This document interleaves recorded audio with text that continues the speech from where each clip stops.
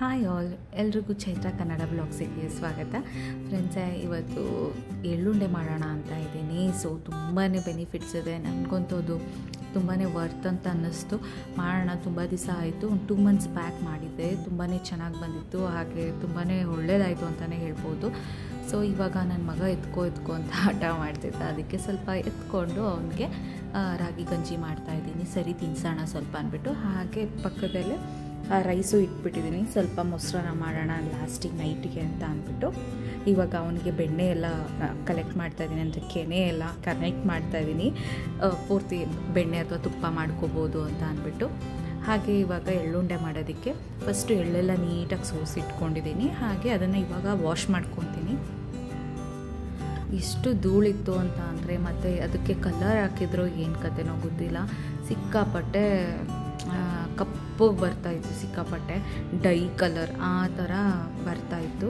ಆಮೇಲೆ ನಾನು ಸ್ವಲ್ಪ ಬೇರೆದನ್ನ ಮತ್ತು ಆ್ಯಕ್ಚುಲಿ ಊರಿಂದ ತಂದಿದ್ದನ್ನು ಸ್ವಲ್ಪ ಮತ್ತು ಅಂಗಡಿದನ್ನು ಸ್ವಲ್ಪ ಮಿಕ್ಸ್ ಮಾಡಿದೆ. ಬಟ್ ಅಂಗಡಿದೆ ಅನಿಸುತ್ತೆ ಅಡಲ್ಟ್ ಆಗಿರೋದು. ಸಿಕ್ಕಾಪಟ್ಟೆ ಇದಾಗ್ತಿದೆ. ನಾನು ಒಂದು ತೋರಿಸ್ತೀನಿ ನೋಡಿ, ಅದು ಕಲರ್ ಹಿಂಗಾಗಿದೆ ಅಂದ್ಬಿಟ್ಟು. ಅದು ಡೈ ಹಾಕಿದ್ರ ಬ್ಲ್ಯಾಕ್ ಕಾಣೋದಕ್ಕೆ ಏನು ಕತೆ ಗೊತ್ತಿಲ್ಲ. ಸಿಕ್ಕಾಪಟ್ಟೆ ನೋಡಿ, ಅದು ಒಂದು ಕಲರ್ ಬಿಟ್ಕೊಳ್ತಾ ಇರೋ ಥರ ಆ ಥರ ಕಾಣಿಸ್ತಾ ಇತ್ತು. ಒಂದು ದೇವ್ರಿಗೆ ಗೊತ್ತು ಎಷ್ಟು ಅಡಲ್ಟ್ರೇಷನ್ ನಡೀತಾ ಇದೆ ಅಂತ ಅಂದ್ಬಿಟ್ಟು ಈಗಿನ ಕಾಲದಲ್ಲಿ. ಸೊ ಅದನ್ನೊಂದು 10 times ಆದರೂ ತೊಳೆದಿದ್ದೀನಿ ಚೆನ್ನಾಗಿ, ಜಾಲಿಸ್ಬಿಟ್ಟು, ಅಂದರೆ ಚೆನ್ನಾಗಿ ತೊಳೆದು ಆಮೇಲೆ ನಾನು ನೀರೆಲ್ಲ ಸೋರ್ಕೊಳ್ಳೋದಕ್ಕೆ ಇಟ್ಟಿದ್ದೀನಿ. ನೋಡಿ, ಈ ಥರದ್ರಲ್ಲಿ ಒಂದು 10 times ತೊಳೆದಿದ್ದೀನಿ ಅನಿಸುತ್ತೆ. ಸಿಕ್ಕಾಪಟ್ಟೆ ಆ ಕಲರ್ ನೋಡ್ಬೋದು, ಕೆಳಗಡೆ ಪಾತ್ರೆ ಮೇಲೆಲ್ಲ ಬ್ಲ್ಯಾಕ್ ಕಲರ್ ಬರ್ತಾಯಿದೆ, ನೀರು ಅಷ್ಟಿದಾಗ್ಬಿಟ್ಟಿದೆ.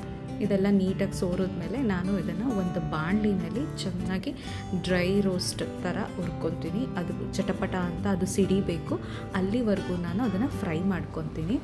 ಮೀನ್ಸ್ ರೋಸ್ಟ್, ಹಾಗೆ ಡ್ರೈ ರೋಸ್ಟ್ ಮಾಡ್ಕೊತೀನಿ. ಏನೂ ಹಾಕೋದಿಲ್ಲ, ನೀರಿನ ತೇವ ಎಲ್ಲ ಹೋಗಬೇಕು.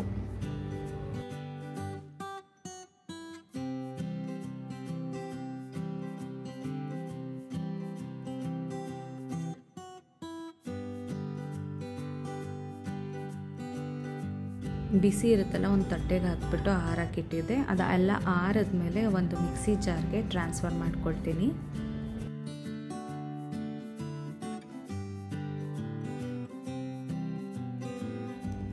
ಈಗ 1 ಕಪ್ಪಷ್ಟು ನಾನು ಎಳ್ಳನ್ನು ತೊಗೊಂಡಿದ್ದೆ.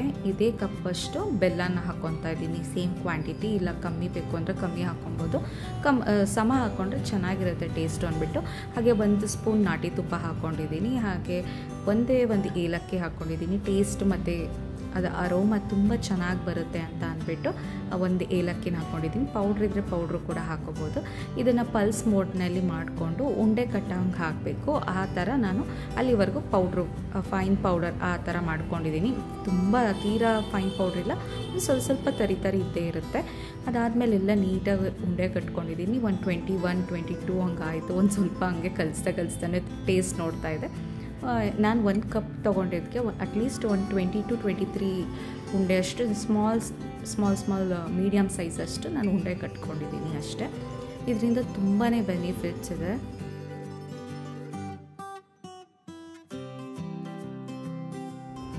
ಇದು ತುಂಬ ಹೇರ್ಸ್ಗೆ ಮತ್ತು ಐಸ್ಗೆ ಮತ್ತು ಏನಂತಾರೆ, ನಮಗೆ ನಿಶಕ್ತಿ ಆಗ್ತಾಯಿದ್ರೆ ಅದಕ್ಕೆ ಎಲ್ಲ ತುಂಬಾ ಒಳ್ಳೆಯದು. ತುಂಬ ಎನರ್ಜಿ ಕೊಡುತ್ತೆ, ಬೋನ್ಸ್ ಸ್ಟ್ರೆಂತ್ ಕೊಡುತ್ತೆ, ಕ್ಯಾಲ್ಶಿಯಮ್ ಆಗಿರ್ಬೋದು. ನ್ಯೂಟ್ರಿಷನ್ಸ್ ಅಂತೂ ತುಂಬಾ ಇದರಲ್ಲಿ ಜಿಂಕ್ ಇದೆ.